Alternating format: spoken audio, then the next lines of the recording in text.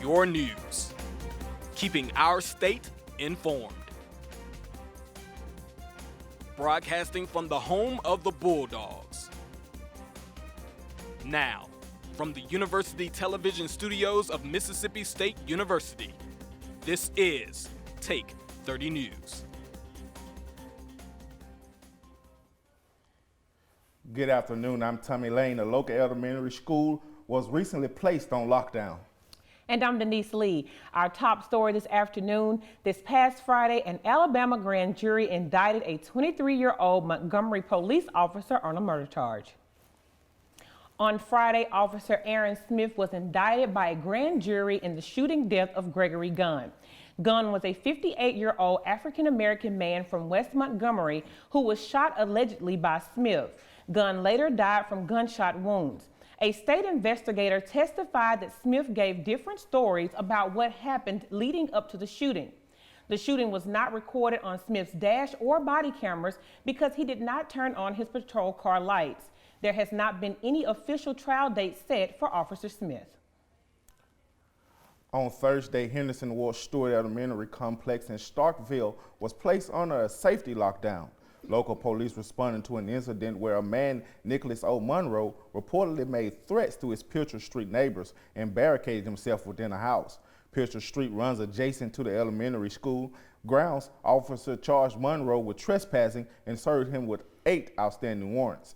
The incident is still under investigation and no additional charges are pending.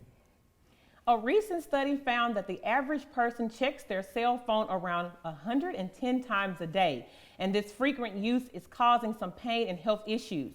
Several physicians have noticed an increase of premature degeneration of the spine due to poor posture while using cell phones and tablets. People tend to look down at their devices, which puts a strain on neck muscles and tendons, which forces the shoulders to hunch forward. Doctors call this pain caused by poor posture and downward head position text neck. There are ways you can avoid this painful problem. Make sure to stand up straight with your shoulders back and hold your cell phone at eye level.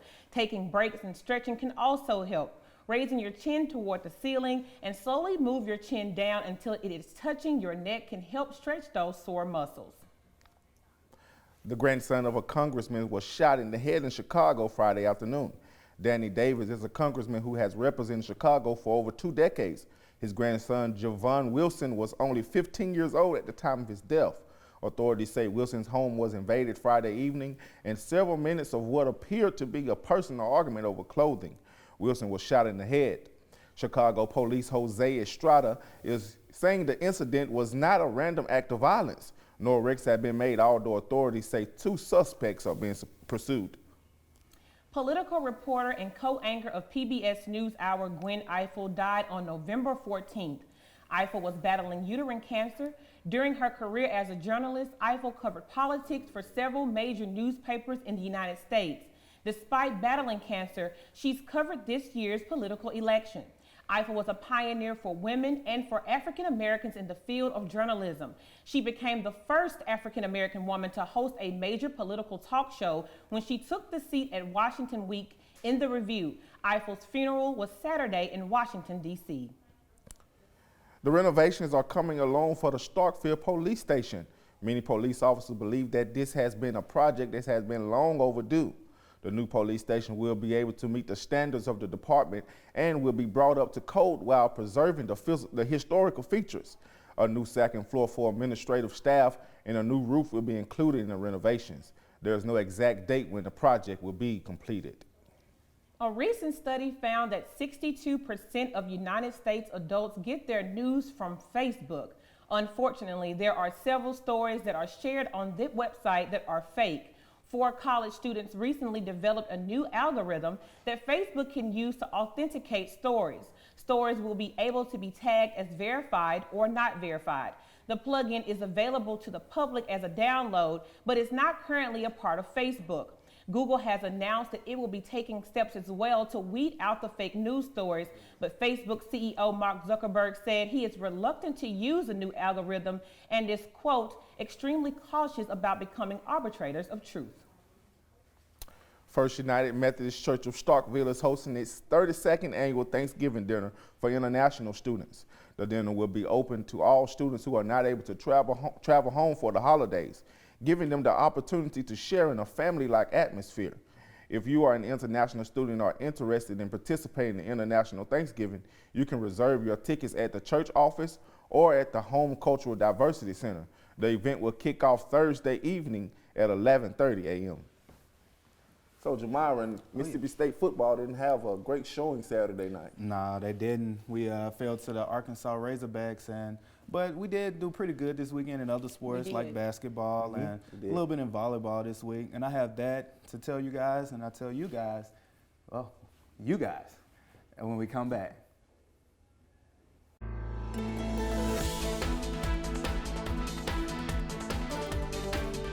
You're watching Take 30 News, broadcasting live from Mississippi State University's television studios.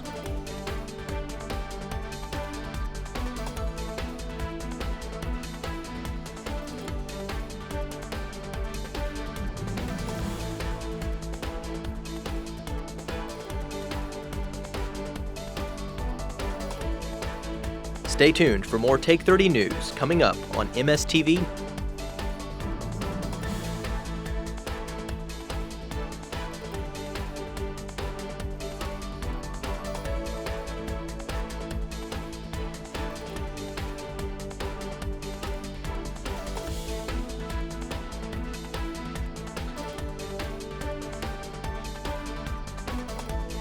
Our state, our news.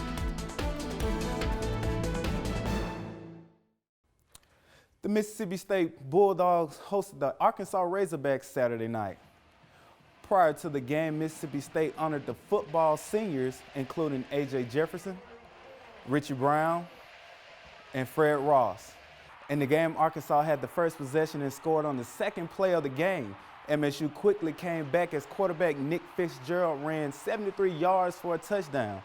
First quarter seemed like a battle of the offenses as Arkansas scored again, followed by another touchdown by Fitzgerald and a 74-yard run. What was an exciting first quarter didn't turn out well for the Bulldogs, losing 58-42. But in the end, the seniors was sent off with lots of smiles and hugs because, as Dax Prescott says, it's not just the fans, it's the family. MSU is set to face Ole Miss in the Egg Bowl this Saturday night at 2:30 p.m. on the SEC Network. Now let's talk a little bit about hoops. The women's MSU basketball team hosted the number 8 team in the nation on Sunday night.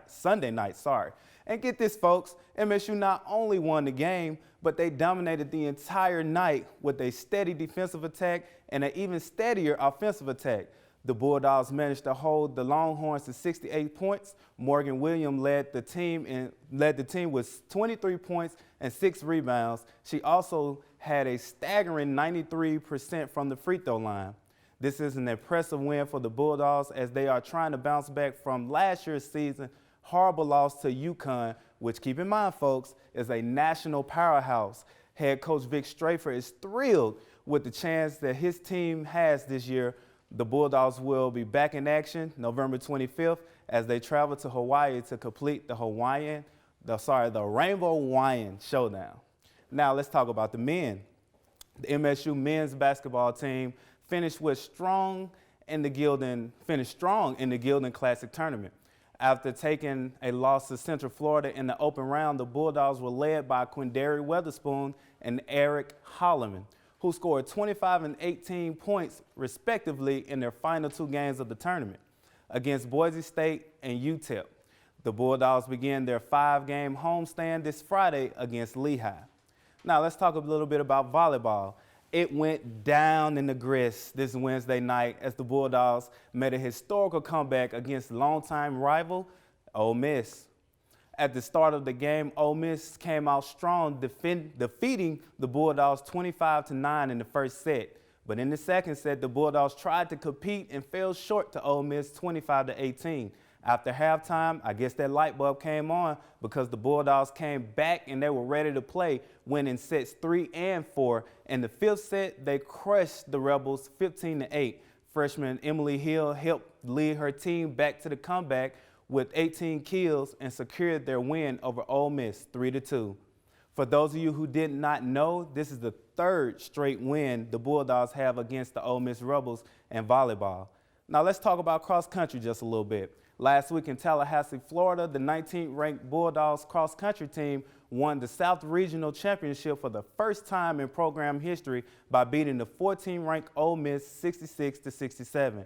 Getting the win qualified them for the NCAA cross country championship for the second year after doing so in the first time in program history last season. Senior All-American Ryan Wedd Price will be making her third consecutive appearance at the Nationals after being the lead runner in 2014. The cross-country team's appearance at Nationals give them back-to-back appearances for the past 10 seasons. Now, let's move on down to high school football. Starkville High School will be in the market for a new football coach next season. Head coach Rick Woods has accepted the job to become the coach at Eupora High School, where he coached from 1990 to 94. Woods is also famous for leading the South Panola Tigers, a 74 historic winning record, which include a 60-game winning streak and 5 straight championships. Woods led the Yellow Jackets to a state title in 2015. Well, folks, that's all I have for sports. Back to you, Tommy, at the desk. Thank you, Jamari. And Jessica, we have some colder weather. Feels like fall. It definitely does. It's finally starting to feel like November. We're kind of getting into that trend where we have cold mornings and relatively warm afternoons. Now, will that trend continue on for the rest of the week? I'll give you all the details and more coming up in your extended forecast. A baby's arrival can be one of the most exciting times in a family's life. It can also be one of the most anxious, especially if the child's development is hindered by medical challenges that create more questions than answers. At Mississippi State University, we are leading in the study of Charge syndrome, a genetic condition that causes sight and hearing loss in infants. Our research teams are uncovering breakthroughs in treatment and prevention with the goal of greater understanding that leads to better care. We're also providing crucial support resources for parents and helping physicians around the globe gain awareness so symptoms can be detected and addressed earlier. By engaging in this groundbreaking analysis and therapy, we're not only improving outcomes, we're unlocking brighter futures. Good Monday to you. I'm Jessica Faith here with Katie Walker here to tell us more about the Salvation Army and the Angel Tree Project. Thank you for joining us today. Absolutely. Thank you for having me. So can you tell us exactly what is the Angel Tree Project?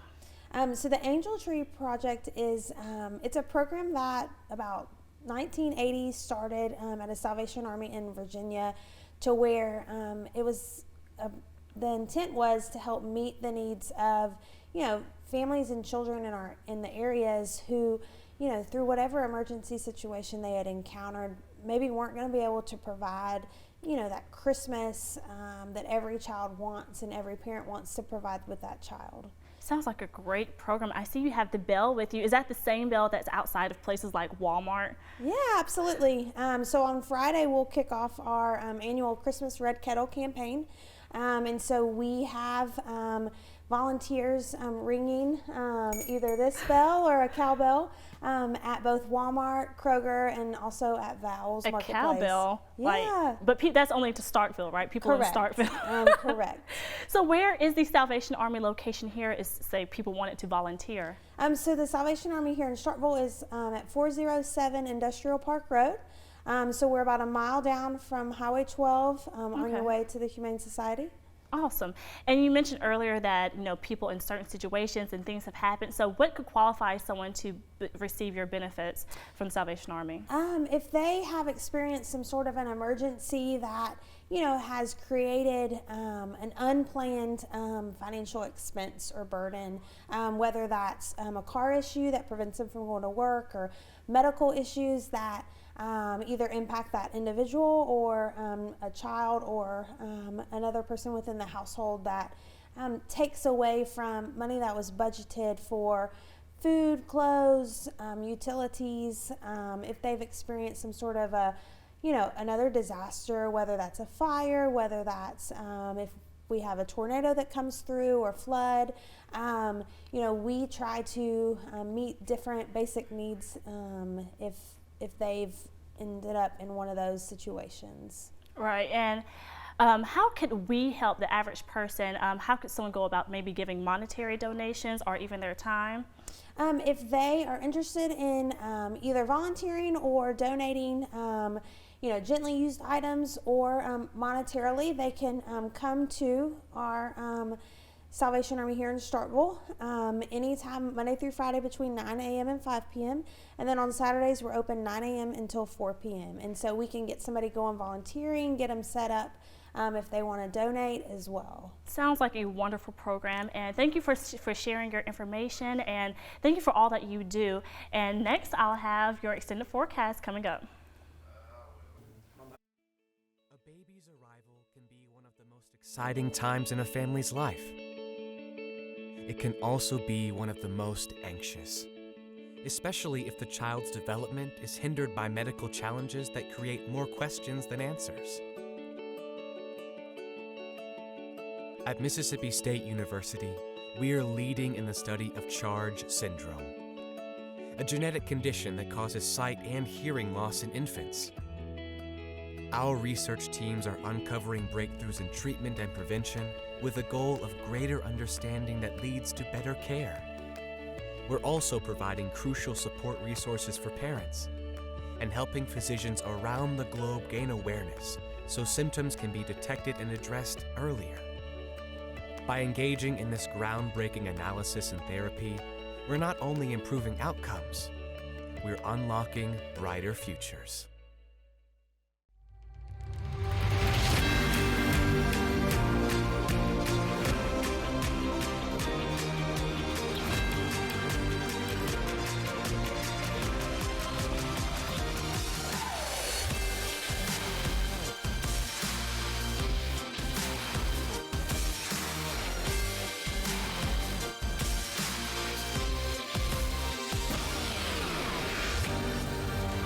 Check out this view outside of Starkville. Beautiful blue skies. Just a great day out here today. But don't let this view fuel you. Check out the temperatures this morning. We had temperatures in the 20s. A 25 here in Fulton, 26 here in Starkville, 27 in Louisville. So if you stepped out early this morning, I'm sure you went back in to grab a jacket if you didn't have one. So again, we have a cool start to our mornings. We do have a midweek cold front giving us a chance of some showers, and finally it's starting to feel like November. Let me take you throughout the rest of your day. 5 p.m. we'll see a temperature of 52 degrees. You're probably coming back from work. And then later on, maybe around dinner time, 46 degrees. Then later on in the evening, we'll finally have a temperature of 40 degrees. Now, we talk a lot about the dry air and what it does to, let's say, the drought. Let's talk about what it does to our hair. When I made this graphic, I actually had to check to make sure this was right. Yes, we have a dew point of 20. So if you stepped outside with sleep conditions, you can expect sleep conditions throughout the rest of your day. A dew point of 20 is very low. Let me take you throughout the rest of your week. So tomorrow we'll start the day off with clear and quiet conditions. You see a little bit of clouds picking up in the west, and then we see in front of the cold front, rain is picking up coming into eastern portions of the southeast. So the eastern portions of Mississippi, the Delta seeing it first, and then we finally get some rain on Wednesday morning. So we're finally getting rain again, hopefully pretty soon, lifting the burn bans by Wednesday evening. We still have a little leftover cloud cover, but the rain has moved out. So by your Thursday, clear conditions for the start of your Thanksgiving will continue with clear conditions. Walk you throughout the rest of the next 7 days. Temperatures in mid-60s tomorrow. We'll keep conditions in the 60s throughout the rest of your next 7 days into the beginning of the next work week. At 50-50 shot of some showers, and then lows ranging from the lower 30s to the upper 40s. So really consistently in these 60s, we're finally getting into a trend where we can pretty much predict the weather. So you pretty much know what to grab when you go outside. Right. Just remember that that umbrella for tomorrow. or for course. Wednesday, rather. I'm just excited about the sleek hair effect. Yes, yes. It's been nice. I'm telling you, dew points in the 20s. It's really unreal. But again, drier air makes for better hair. It does. That's all Jessica has on weather. We'll be back after the break. Your news. Keeping our state informed. Broadcasting from the home of the Bulldogs. This is Take 30 News. Love the maroon and white band? Well, a fraternity on campus was started because of it. The month of November is Musicianship Month, and Kappa Psi Epsilon Band Fraternity was out on the drill field last Friday spreading the word about the band history at MSU, so students could know more about the famous maroon and white band begin. Embrace some of the history and let the student body know a little bit more about it. The fraternity also is selling t-shirt, cookies, and brownies to raise money. Get ready to feel the holiday spirit. The 2016 Starkville Christmas Parade will take place Monday, November 28th. The parade will begin at 6 p.m. on Main Street. The famous maroon band MSU cheerleaders, along with local businesses and organizations, will be participating in the parade. This is a free event for all to attend. At 5 a.m., members of the MSU ROTC left the Palmero Center to run all the way to Oxford for the 4th annual Egg Bowl run. Army cadets are carrying the Egg Bowl football and will be handing it to the University of Mississippi Army cadets for the second part of the 100-mile run. The ball is expected to make it to Oxford at approximately 9 p.m. tonight and be handed to head coach Hugh Freeze. Today we have a story about a remarkable recovery of Brianna Median, who was severely injured in a car accident just days before signing to play soccer at the collegiate level. Brianna Medina grew up the youngest of 4 children. Brianna is a very social person with many friends who admire and look up to her.